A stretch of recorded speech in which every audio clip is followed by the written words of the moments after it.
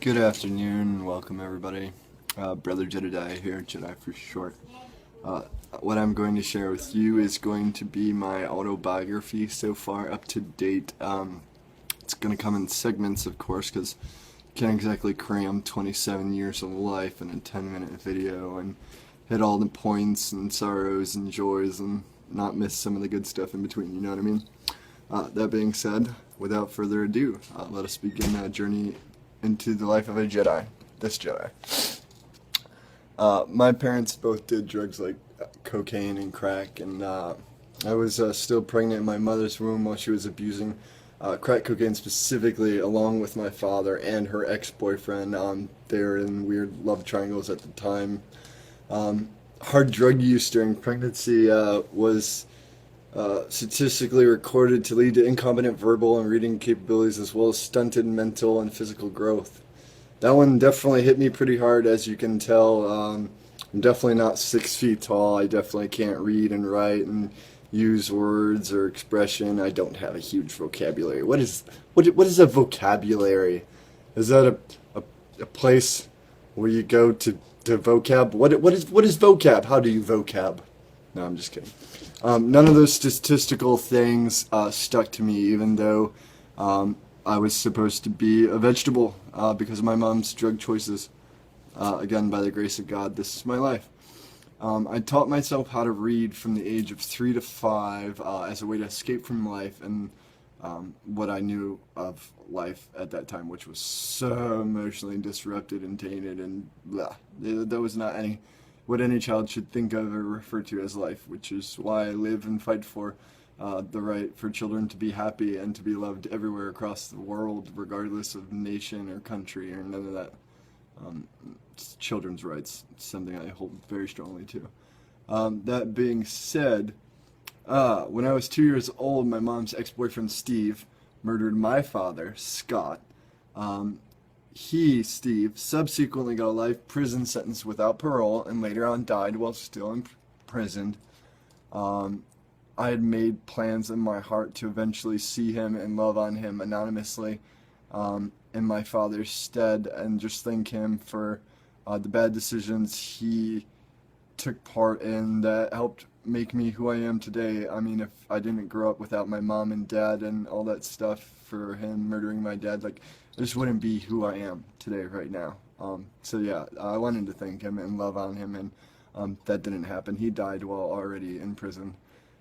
My mother's own drug use and involvement in my father's death and the mysterious circumstances around it all landed her the conviction, participating in the planning of my father's murder, and 2 life sentences with parole. She and my father have both been missing figureheads in my life since I was 2 years old. To this day, I still don't know for sure what happened or who did what or said what.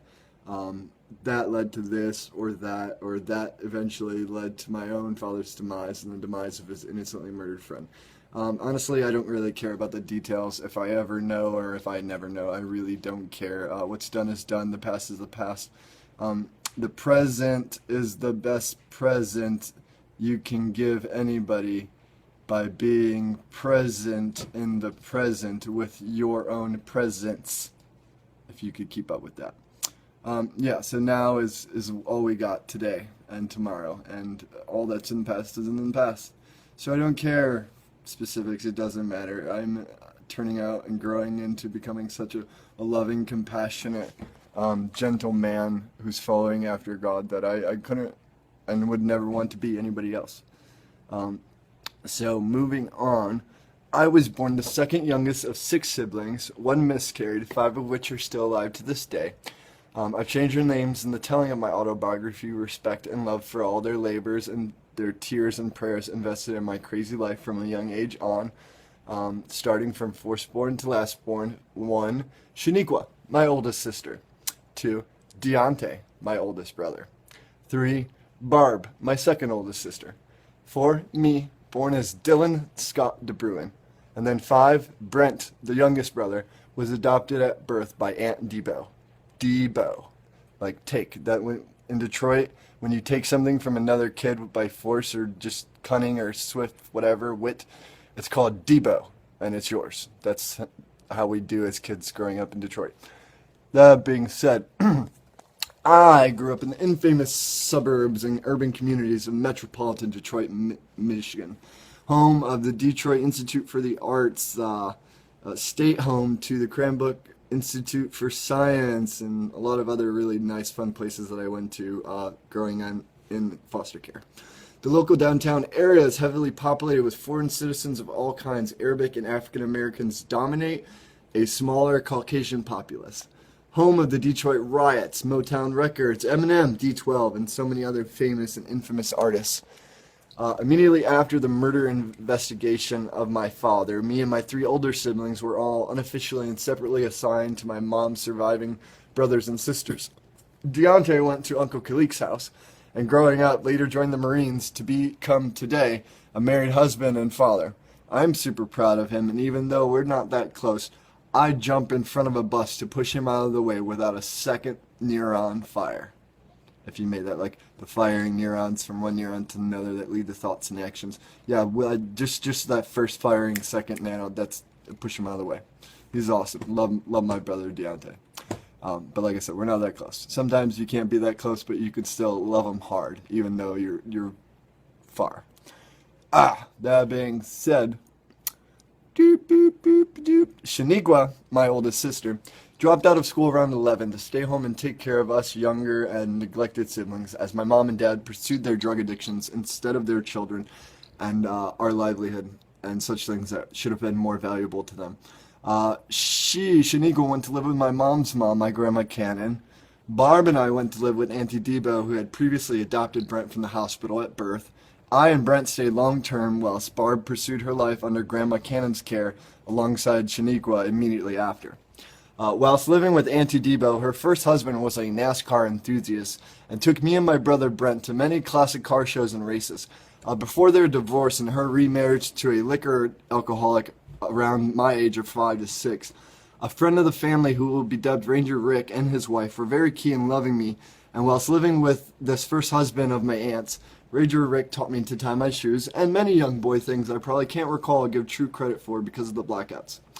That being said, Auntie Debo, whilst my guardian, was the recipient of $994 cash a month just to take care of my needs, clothes, food, bills, doctors, etc.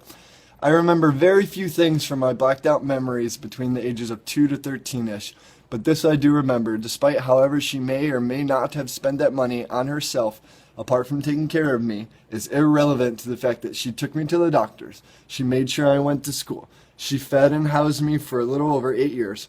She thought out therapists and all kinds of children's head specialists to help me in all my emotional misery and lack of loving parents. And she did the best she could with what she had. That being said, whilst under her guardianship, I was the target of much liquor-fueled physical abuse and all kinds of mental, verbal degradation and devaluement at the hands of her second husband, William, who I dubbed. Growing up and going to school are some of my fondest memories, because for me to escape from the reality of my unexplained origins and the pain of my everyday life, it became the goal of all my days growing up. Like, apart from well, there you go. Wow, we just really skipped down.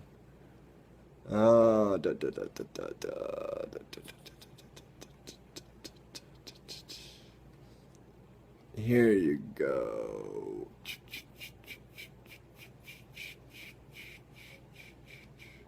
Growing up and going to school are some of my fondest memories, because for me to escape from the reality of my unexplained origins and the pain of my everyday life, this became the goal of all my days growing up.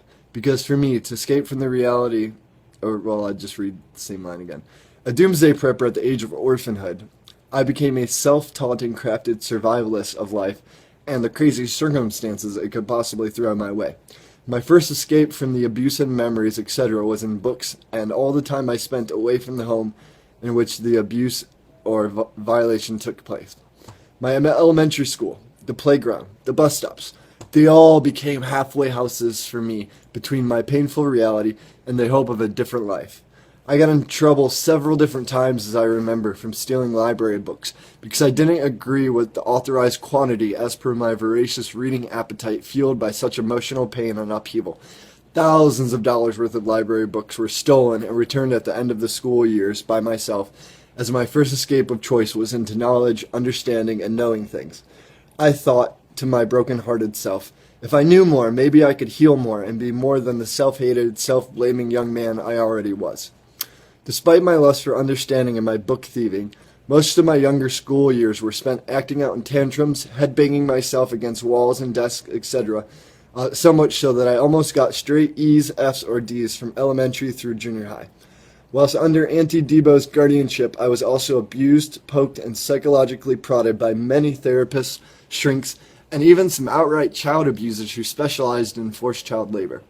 Intentional neglect and abuse, some even working for and being paid by the state grants and money assigned to help and restore neglected and abused children such as myself. Go figure. Some of these therapies later on went through lawsuits for the above-mentioned abuse and neglect issues.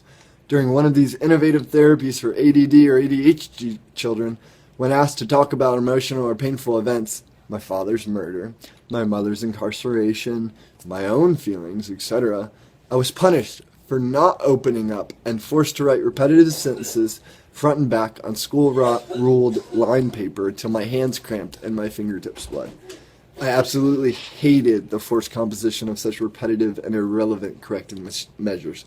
I believe looking back, it was my response to this specific therapist that convinced me to kidnap my own inner child and hide him away from myself. I was around 8 to 10 years old when I made this vow in my heart to never trust other adults with my own well-being. Around this age is also the time when me and my sister Barb were beginning our tobacco experimenting and addictions, when you could still buy a pack from the store for your folks. Those were different days, and I wish to this day I never smoked a single one. I'm just now beginning to quit the filthy habit.